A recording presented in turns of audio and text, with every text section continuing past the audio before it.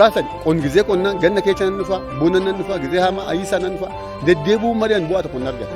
Ji'a ol deemeera ani ammayyuu har'aa bajaaji jira soo dhufa namni bishaan qammasu marsoo idilee dhugnee galu jira hojiin adda addaa inuma jira bakka qotee bulaadha amma hojii lafa oollee akka kan dhufnu kun amma horii waqtiin kun hojii guurati kan dhayiisati isa isaanuu deebi'aa jira sarraa'uu deddeebi'aa jirra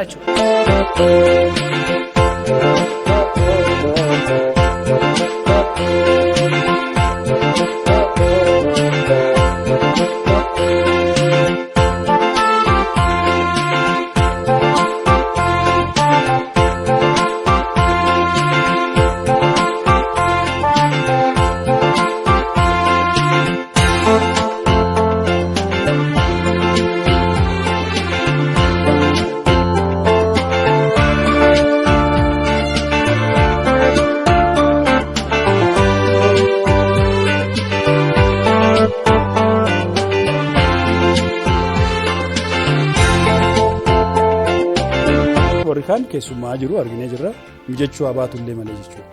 Warri kaan immoo deddeebi'aa jira sababa galmeen hin jiru keessan hin jiru ragaan badee ragaan kun mana mootummaa keessa jira manni hojichaa itti gaafatamummaa fudhachuu qabaa kan jedhu.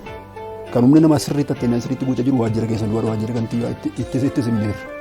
Atleast muuxannoo qindeessuu waajjira warra kaaniif kennuuf yaadeen nama tola jechuudha. Malee warra kaan biratti harcaatii bal'aatu jira jechuudha. Iddoo baay'eetti namni hin jiru iddoo baay'eetti darbanii mallatteessaniiru kaan immoo mallatteessanii kaan da'umsa beera jedhama afaan inni mallattaa hin jiru garuu da'umsa beekan kan jedhu.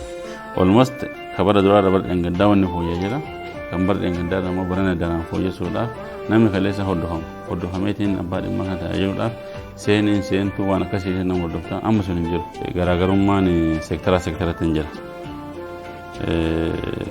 Rakkoolee kanneen kan kaleessaa irra wanni waa fooyya'ee waa ammas hojjetaan kenna abbaa dhimmaa guyyaa tajaajila irratti taa'eetiin tajaajila kennu akka aadaa godhatu wanni hojjetame wanni gaariin jira jijjiirama ilaalcha naannoo kanatti dhufee jira haa ta'u garuu ammas waa hunda ulfaana guuteetiin deemaatiin hin jiru akkaataa qajeelfamaa fi seera taa'ee saniin guutuu dhabuun sun immoo harcaatii hojii kenna keessatti yookaan immoo nama waa dhufeetiin waa laaluuf taajabbiin taane qabuun kan inni beekna isa dhawaatan sirreessa deemu.